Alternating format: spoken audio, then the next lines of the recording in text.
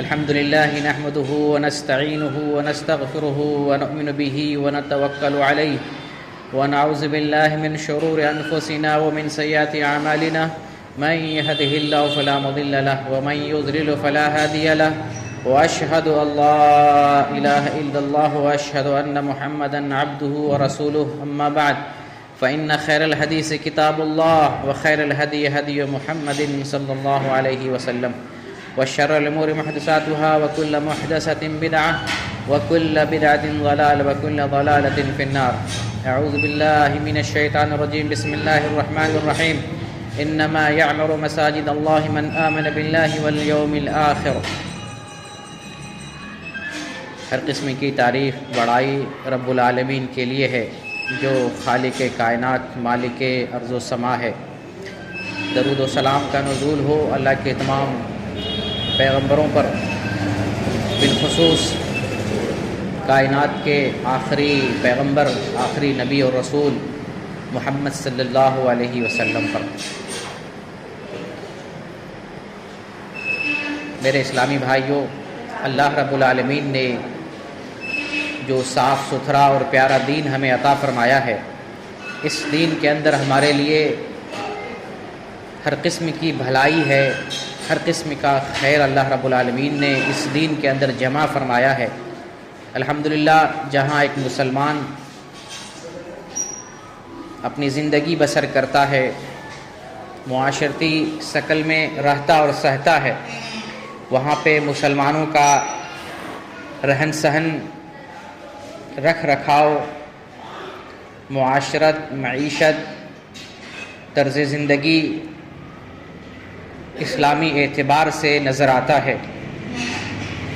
اسلامی معاشرے کی خصوصیات میں سے ایک بڑی خصوصیت یہ ہے کہ جہاں پر بھی مسلمان آباد ہوتے ہیں وہاں پر اللہ رب العالمین کی بندگی کے لیے اللہ کا گھر یعنی مسجد تعمیر کرتے ہیں.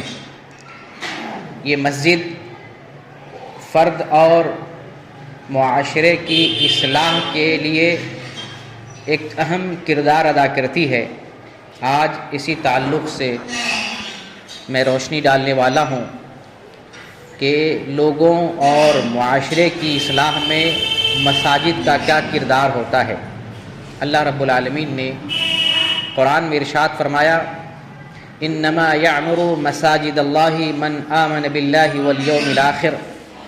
جو لوگ اللہ کے گھر کو آباد کرتے ہیں، اللہ کے گھر کو آباد کرتے ہیں، وہ لوگ اللہ پر ایمان لانے والے ہیں اور آخرت کے دن پر ایمان لانے والے ہیں. اللہ تعالیٰ نے مسجد کو آباد کرنے والے کے لیے یہ بات کہی ہے کہ وہ لوگ ایمان والے ہوتے ہیں، آخرت پر ایمان لاتے ہیں، اللہ پر ایمان لاتے ہیں.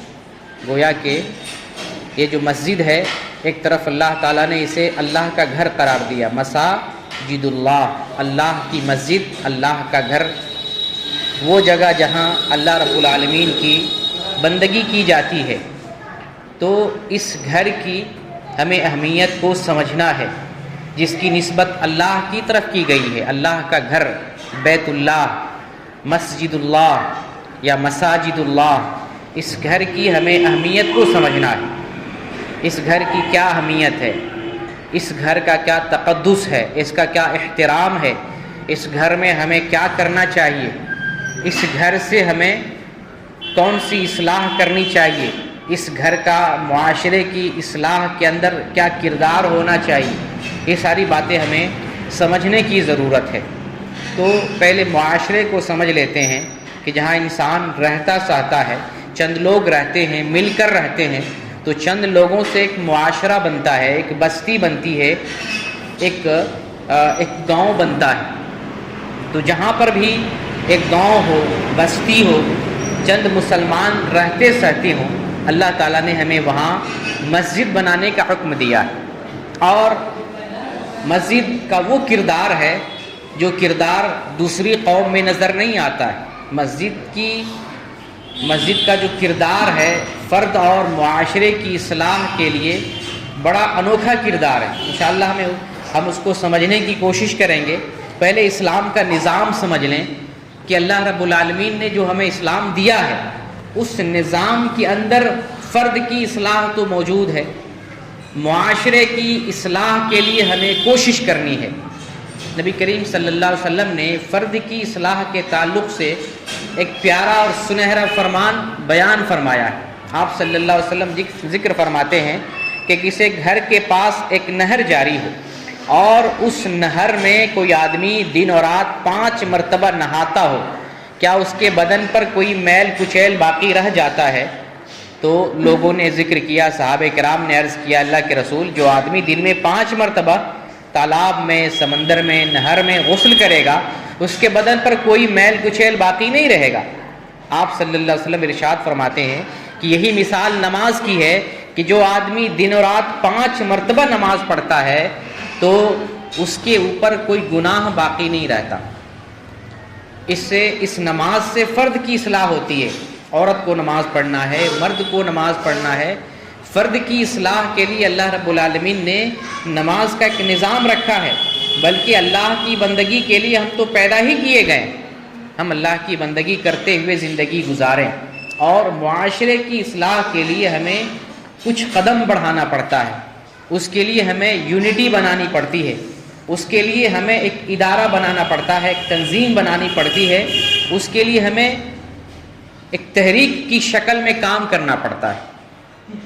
اور اگر صرف اسلامی نظام کو اگر ہم فالو کرتے ہیں، اسلام پر کاربند ہوتے ہیں فرد کے اعتبار سے، جماعت کے اعتبار سے، تو وہاں پر بھی جماعت کی اصلاح ہو جاتی ہے، لیکن کوشش تو بہرحال ہمیں کرنا ہے۔ نبی کریم صلی اللہ علیہ وسلم نے ارشاد فرمایا ہے کلکم راع وکلکم مسئول عن رعیتہ، تم میں سے ہر فرد اور ہر ذمہ دار مسئول ہے اور ہر شخص اپنی ذمہ داری کے بارے میں پوچھا جائے گا۔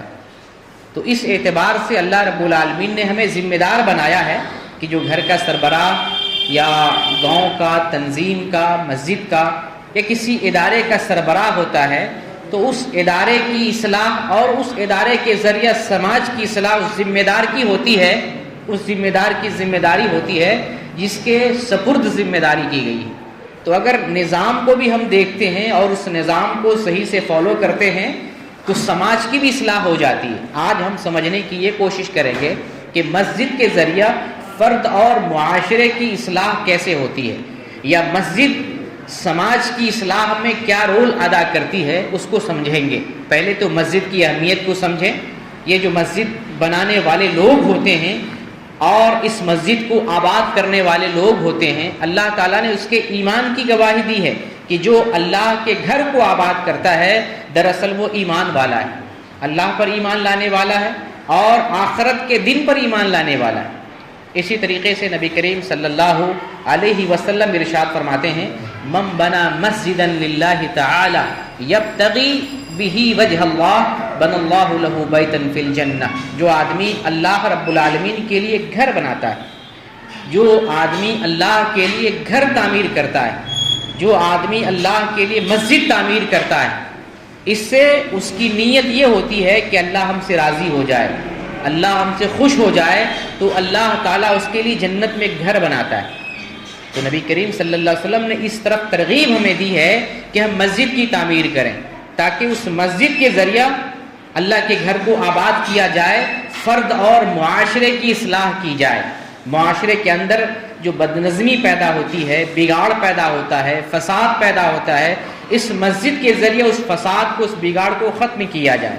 تو نبی کریم صلی اللہ علیہ وسلم نے مسجد کی تعمیر کی طرف مسلمانوں کو ابھارا ہے، اس کی ترغیب دی ہے۔ اسی طریقے سے نبی کریم صلی اللہ علیہ وسلم یہ بھی ارشاد فرماتے ہیں اذا رأیتم الرجل یعتاد المسجد فاشهدوا له بالایمان، اگر تم کسی آدمی کو دیکھو مسجد آتا اور جاتا ہے، بار بار مسجد اور آتا اور جاتا ہے، تو اس کے ایمان کی گواہی دو۔ جو آدمی مسجد آ رہا ہے، جا رہا ہے، گویا کہ وہ ایمان والوں میں سے ہے، گویا کہ وہ مسلمانوں میں سے ہے۔ اس کے الٹا اگر ہم سوچتے ہیں کہ جو مسجد آنا چھوڑ دے، مسجد سے تعلق ختم کر لے، مسجد سے کوئی ربط ضبط نہ ہو، تو کیا کہیں گے کہ اس کے اندر ایمان نہیں ہے، کیونکہ مسجد کی تعمیر ہی اس لیے کی جاتی ہے کہ وہ آدمی اپنے ایمان کی گواہی دے، اور جس چیز کے لیے اللہ رب العالمین نے انسان کی تخلیق کی ہے، اللہ رب العالمین کی بندگی، اس مقصد کو وہ پورا کرے۔ جب ایک انسان کا تعلق مسجد سے ختم ہو جاتا ہے اور وہ اپنے آپ کو مسجد سے کاٹ لیتا ہے، گویا کہ اس نے ایمان سے اپنا رشتہ کاٹ لیا، ایمان سے وہ دوری اختیار کر رہا ہے۔ اور اسی طریقے سے ایک حدیث کے اندر آیا ہے، نبی کریم صلی اللہ علیہ وسلم اس حدیث میں 7 لوگوں کا ذکر کرتے ہیں جو لوگ قیامت کے دن اللہ رب العالمین کے عرش کے سائے میں جگہ پائیں گے۔ ان میں سے ایک آدمی وہ ہوتا ہے جس کا تعلق مسجد سے جڑا رہتا ہے، جو مسجد آتا ہے، جاتا ہے، مسجد آتا رہتا ہے، جس کا تعلق نماز سے، مسجد سے، اللہ کے گھر سے جڑا ہوا رہتا ہے۔ اللہ رب العالمین قیامت میں اس کو اپنے عرش کے سائے میں جگہ دے گا۔ اس کا تذکرہ حدیث کے اندر آیا، وَرَجُلٌ قَلْبُهُ مُعَلَّقٌ بِالْمَسَاجِدِ، ایک ایسا آدمی جس کا دل، جس کا قلب مسجد سے لٹکا ہوا رہتا ہے، مسجد سے جڑا ہوا رہتا ہے، ایسا آدمی قیامت کے اندر اللہ کے عرش کے سائے میں وہ جگہ پائے گا۔ اور اسی طریقے سے نبی کریم صلی اللہ علیہ وسلم نے یہ بھی بیان فرمایا کہ جو لوگ تاریکی میں مسجد کی طرف چل کر آتے ہیں ان کو قیامت کے دن نور کامل کی بشارت سنا دو۔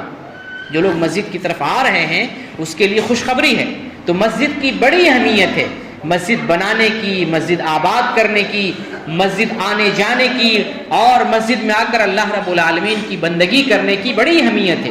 مسجد کی اہمیت کو ہمیں سمجھنا ہے، اور اس مسجد کا جو کردار ہے اس کردار کو اگر ہم سمجھ لیتے ہیں تو ہم فرد کی بھی اصلاح کر سکتے ہیں، اپنے آپ کی بھی اصلاح کر سکتے ہیں، اور اپنے سماج کی بھی اصلاح کر سکتے ہیں۔ آئیے نبی کریم صلی اللہ علیہ وسلم کا زمانہ دیکھتے ہیں۔ نبی کریم صلی اللہ علیہ وسلم مکہ سے جب مدینہ ہجرت کر کے آتے ہیں تو مدینہ میں آپ اسلامی اسٹیٹ، اسلامی ریاست قائم کرتے ہیں۔ اسلامی ریاست قائم کرنے کے بعد آپ صلی اللہ علیہ وسلم نے جو سب سے پہلا کام کیا تھا وہ مسجد کی تعمیر کا کیا تھا۔ مسلمانوں کو جمع کرنا ایک پلیٹ فارم پر، ایک بستی کے لوگوں کو آپ کہاں جمع کر سکتے؟ کون سے بھون میں، کس جگہ پر، کس پلیٹ فارم پر؟ یہی وہ اللہ کا گھر ہے جس گھر میں آپ کسی کو بلا تردد بلا سکتے ہیں۔ کوئی یہ نہیں کہے گا کہ ہم اللہ کے گھر میں حاضر نہیں ہوں گے، کسی کو بھی بلائیں، نماز کے لیے بلائیں، دعوت کے لیے بلائیں، دینی تربیت کے لیے بلائیں، اللہ کے گھر میں ہر کوئی حاضر ہو سکتا ہے۔ تو بڑی حکمت ہے مسجد کے اندر۔ نبی کریم صلی اللہ علیہ وسلم نے اسلامی اسٹیٹ بنانے کے بعد سب سے پہلا کام مسجد کی تعمیر کیا، مسجد نبوی کا۔ اور آپ جو پوری دنیا میں اسلام پھیلتا ہوا دیکھ رہے ہیں، یہ مسجد نبوی کا کردار ہے، یہ مسجد نبوی کا کارنامہ ہے۔ نبی صلی اللہ علیہ وسلم نے مسجد کے اندر، مسجد نبوی میں صرف نماز نہیں پڑھائی ہے، وہاں تعلیم بھی دی ہے، وہاں تربیت بھی دی ہے، وہاں فوجیوں کی ٹریننگ بھی دی ہے، وہاں جہاد پر مجاہدوں کو ابھارا بھی ہے، وہاں پر قوم کی، وہاں پر عورتوں کی، بچوں کی، لوگوں کی اصلاح بھی کی ہے۔ اسلام پوری دنیا میں پھیلا، یہ مسجد نبوی کا کردار ہے۔ نبی صلی اللہ علیہ وسلم نے مسجد میں رہ کر جو بھی لوگ آتے تھے، وفود آتے تھے، ملنے کے لیے آتے تھے، تعلیم حاصل کرنے کے لیے آتے تھے، ٹریننگ لینے کے لیے آتے تھے، کچھ پوچھنے کے لیے آتے تھے، اور کوئی مشورہ لینے کے لیے آتے تھے، مسجد نبوی وہ سارا کام کر رہی تھی۔ تو اسلام کی جو ترقی ہے، اسلام کا جو عروج ہے، اور اسلام جو پوری دنیا میں پھیلا اور پھیل رہا ہے، اس میں مسجد نبوی کا بڑا کردار ہے۔ نبی کریم صلی اللہ علیہ وسلم نے سارے کام مسجد نبوی سے لیے ہیں۔ اور جب مدینہ پہنچے ہیں تو مسجد نبوی کی تعمیر کے بعد آپ صلی اللہ علیہ وسلم نے دوسرا جو بڑا کام کیا تھا وہ انصار اور مہاجرین کے درمیان بھائی چارہ قائم کرنے کا کام تھا۔ آج ہمارے سماج میں یہ جو اختلاف ہے بھائیوں میں یا معاشرے میں، گھر گھر میں یا بستیوں میں، اس کی وجہ یہ ہے کہ مسجد کا جو کردار ہونا چاہیے، مسجد وہ کردار انجام نہیں دے رہی ہے، یا مسجد کی انتظامیہ کمیٹی یا اس مسجد میں جو لوگ دین کا کام کر رہے ہیں اس چیز کی طرف لوگوں کی رہنمائی نہیں کر رہے ہیں۔ آج اگر ہم مسجد کو سمجھیں، اس کا مقام کیا ہے، اس کا کردار کیا ہے، اس مسجد سے ہم کیا کام لے سکتے ہیں، تو پورے معاشرے کی اصلاح ہو سکتی ہے، ہر فرد کی، ہر گھر کی، اور پوری بستی کی اصلاح ہو سکتی ہے۔ تو نبی کریم صلی اللہ علیہ وسلم مکہ سے جب مدینہ آتے ہیں تو ایک دوسرا بڑا کام کرتے ہیں، انصار اور مہاجرین کے درمیان بھائی چارہ، دینی بھائی چارہ قائم کرتے ہیں۔ کیونکہ انسان کے اندر قومیت پائی جاتی ہے، ہم فلاں برادری سے ہیں، ہم فلاں ذات سے ہیں، ہم فلاں ہماری نسبت ہے، فلاں خاندان سے ہمارا تعلق ہے، تو ایک دوسرے کے ساتھ بیٹھنا گوارا نہیں کرتے، تجارت کرنا، لین دین کرنا، معاملات کرنا، اس میں اپنی شان کی کوتاہی سمجھتے ہیں کہ ہماری شان گھٹ جائے گی، ہمارا جو نسب ہے اس نسب کے اندر کچھ کمی آ جائے گی۔ تو نبی صلی اللہ علیہ وسلم نے انصار اور مہاجرین کے درمیان ایسا تعلق قائم کیا کہ یہ انصار اور مہاجرین مل کر دیکھیں دنیا میں اسلام کا جھنڈا کہاں کہاں تک پہنچایا، پورے دنیا کے چپے چپے اور کونے کونے تک اسلام پھیلا۔ اگر انصار اور مہاجرین میں اختلاف ہوتا، انتشار ہوتا، دشمنی ہوتی، بھائی چارہ قائم نہیں کیا جاتا، تو پھر دین کا کام اور دعوت کا کام مکہ اور مدینہ سے نکل کر پوری دنیا میں نہیں پہنچتا۔ تو مسجد کے کردار میں ایک کردار یہ بھی ہے کہ اس مسجد کے ذریعہ ہم لوگوں کے اندر دینی مزاج پیدا کریں، لوگوں کے اختلاف کو ختم کریں، گھروں میں جو ناچاقی ہے، لوگوں کی دلوں میں جو نا اتفاقی ہے، بستی میں جن باتوں سے اور جن چیزوں سے اختلاف پیدا ہوتا ہے، ان چیزوں کو ہم دور کرنے کی کوشش کریں۔ اور یہ مسجد نبی کریم صلی اللہ علیہ وسلم جب آئے دنیا میں اسی وقت سے نہیں ہے، جس وقت اللہ تعالیٰ نے اس دنیا میں پہلا انسان حضرت آدم علیہ السلام کو بھیجا، اسی وقت سے دنیا میں مسجد ہے، اور اسی وقت سے یہ مسجد اپنا کردار ادا کر رہی ہے۔ آدم علیہ السلام کے زمانے میں مسجد تھی، اور اس دنیا میں اس روئے زمین پر سب سے پہلی مسجد کعبۃ اللہ ہے، بیت اللہ شریف، جہاں لوگ حج کرنے کے لیے جاتے ہیں۔ اس مسجد کو سب سے پہلے فرشتوں نے تعمیر کی، آدم علیہ السلام نے بھی تعمیر کی، پھر اللہ رب العالمین نے حضرت ابراہیم علیہ السلام کو حکم دیا کہ آپ بھی اثر نو اس مسجد کی تعمیر کریں۔ تو جہاں پر مسلمان رہتے ہیں اس جگہ پر مسلمانوں کے لیے مسجد کا آباد ہونا، مسجد کا قیام اور مسجد کا آباد ہونا انتہائی ضروری ہے۔ اس کی وجہ یہ ہے کہ مسجد ہی کے ذریعے انسان کی اور معاشرے کی اصلاح اچھے طریقے سے ممکن ہے۔ لاکھ تنظیم کھول لیں، لاکھ آپ ادارے قائم کر لیں، لیکن اگر مسجد نہیں ہے تو دلوں میں اتفاق پیدا نہیں ہو سکتا۔ بستیوں کے اندر اختلاف و انتشار جو موجود ہوتا ہے اس کو ہم دور نہیں کر سکتے ہیں، لیکن مسجد کے ذریعہ ہر کسی کو، ہر گھر کو، ہر دل کو اور ہر تمام قسم کی بستیوں کو جوڑ سکتے ہیں۔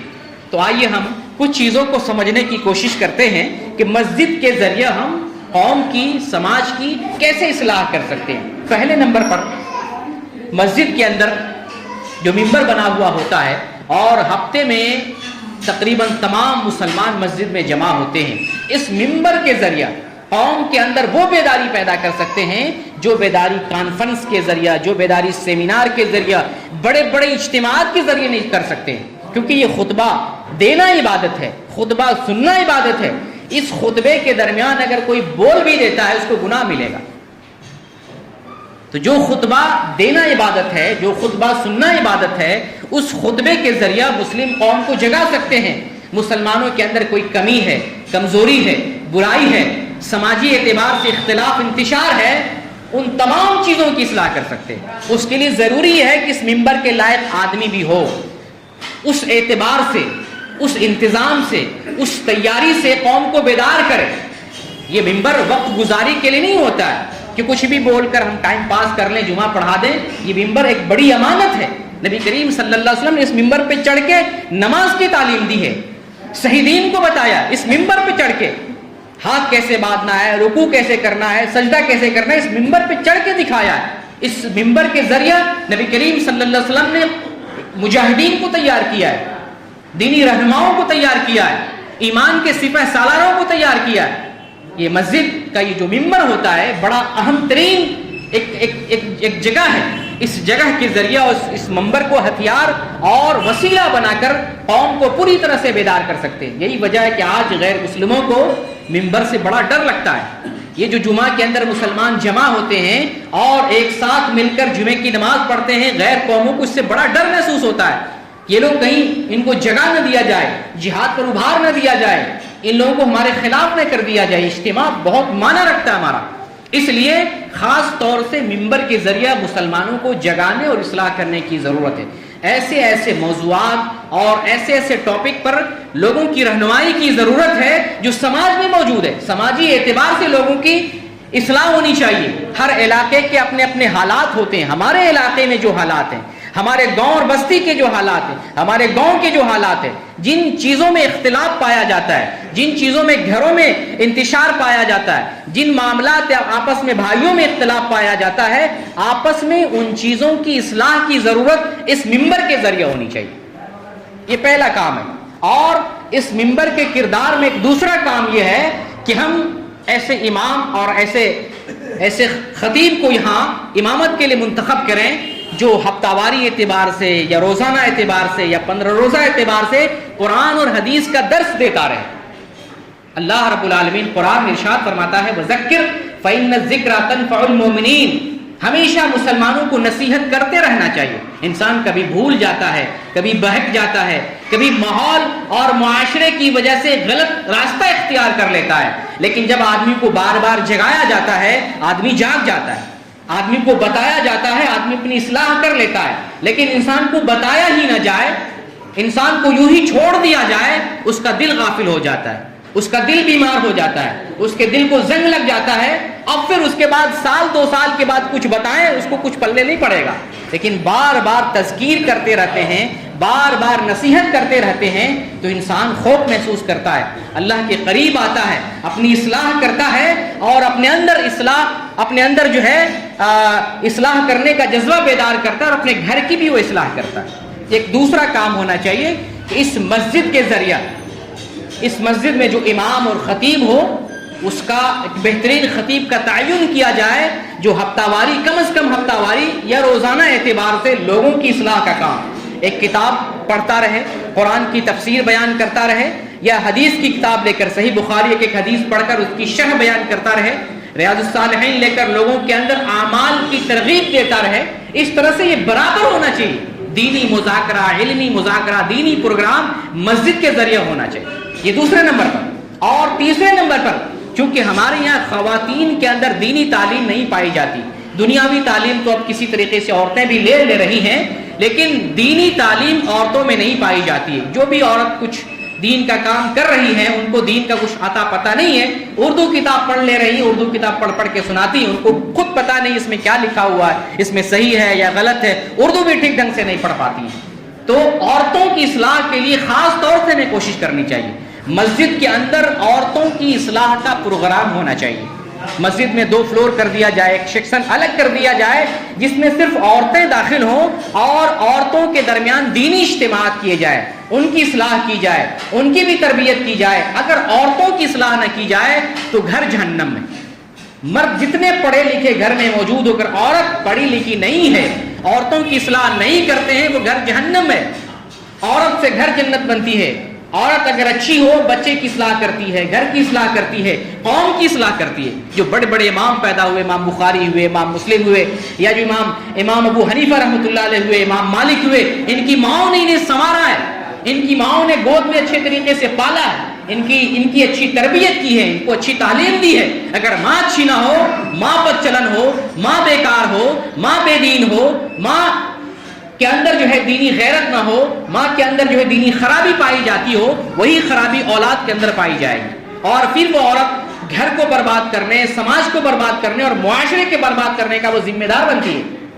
بنی اسرائیل میں جو سب سے پہلا فتنہ پیدا ہوا تھا وہ عورتوں کی وجہ سے فتنہ پیدا ہوا تھا. اس لیے عورتوں کی اصلاح بہت ضروری ہے.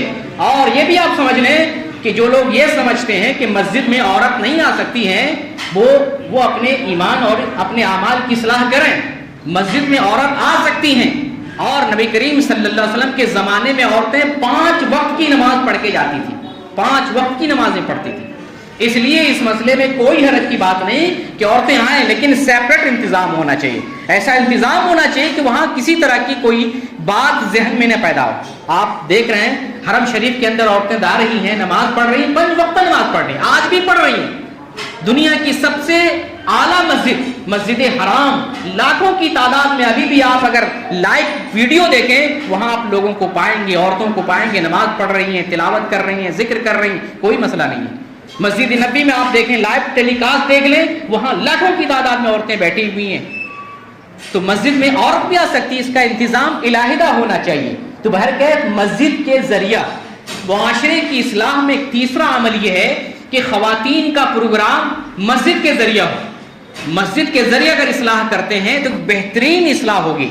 مسجد کے ذریعے عورت نماز سے بھی جڑتے ہیں۔ آپ دیکھیں بہت سارے گاؤں میں اجتماعات ہوتے ہیں، دینی اجتماعات ہوتے ہیں، عورتوں کے اجتماعات ہوتے ہیں، اور بہت ساری عورتیں پابندی کے ساتھ اجتماع میں آتی ہیں لیکن ایک وقت کی نماز نہیں پڑھتی ہے۔ لیکن جو عورت مسجد میں آ کر دینی پروگرام میں حاضر ہوں گی تو نماز میں بھی شامل ہوں گی، ان کے اندر اللہ کا خوف پیدا ہوگا۔